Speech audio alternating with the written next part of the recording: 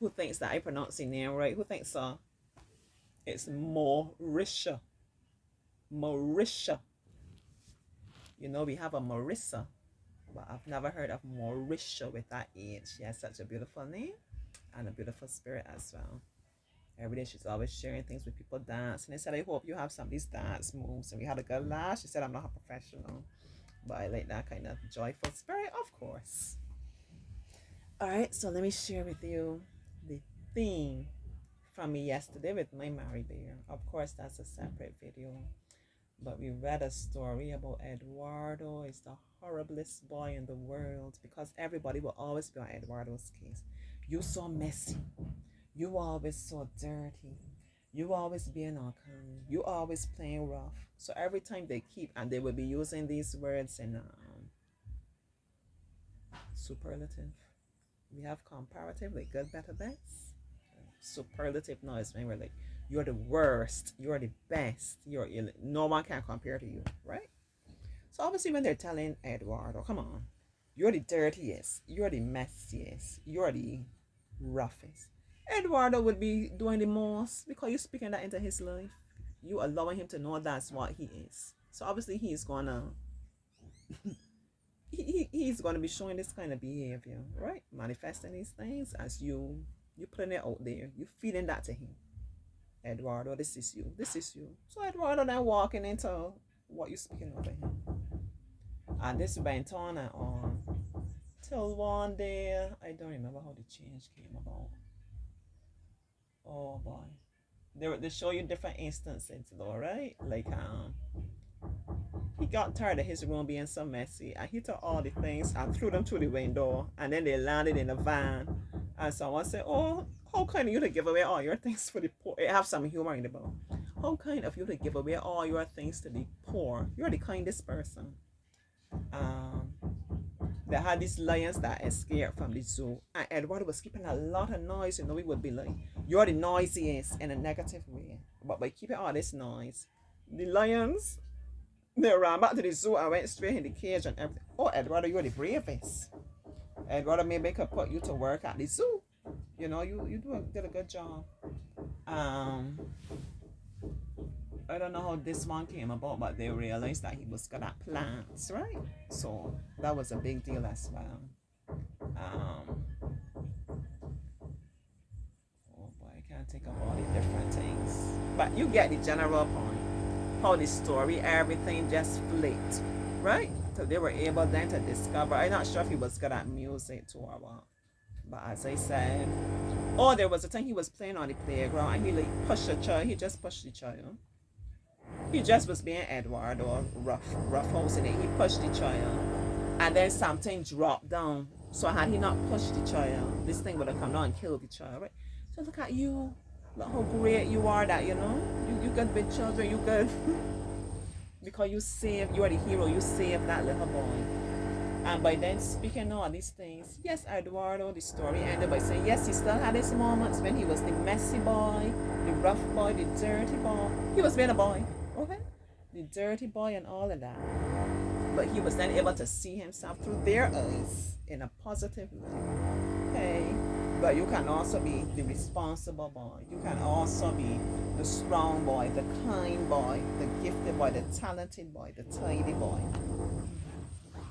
A real game changer. Even Mary Bear saw it. And Mary Bear, when we were giving our message and we said, speak kindly to children and so on, and Auntie said, yeah, treat them how Auntie treats her children. That was a blessing for me to hear that.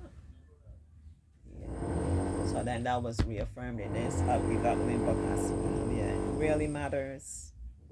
Especially when how it came through in this book now. He wasn't able to find that sense of belonging somewhere where he belonged. Everywhere you go, you can't do this, you can't do that, you don't belong here. No one is willing to take the time to say, oh, like they can't. You can't purr, you can't lay eggs. So what is it you can do? What do you bring? What is your gift? Help me to learn about you, help me to understand. Yeah? We gotta be able to do that and not always expect people to conform or look like us and act like us. You have to be open-minded and accepting. So let me have my own vulnerable moment there now. I have like a certain, I call you my best friend in my life. That's my Momo. Yeah. Momo tests my patience at times. Because Momo is just being Momo. So I gotta be able to meet Momo where Momo is. And allow you to be Momo. And yeah, allow you to do things in your Momo way and have that space and have that I would say sense of belonging, but have that comfort to know that you're accepting, right? And appreciated and loved for who you are, not for who Auntie is, or for being some version of Auntie, but being loved for who you are. I would also extend that to my sweet daughter, who at times she tell me you don't be there for me, and you know as soon as she goes down that road, I then in turn would get defensive. I mean I don't be there for you.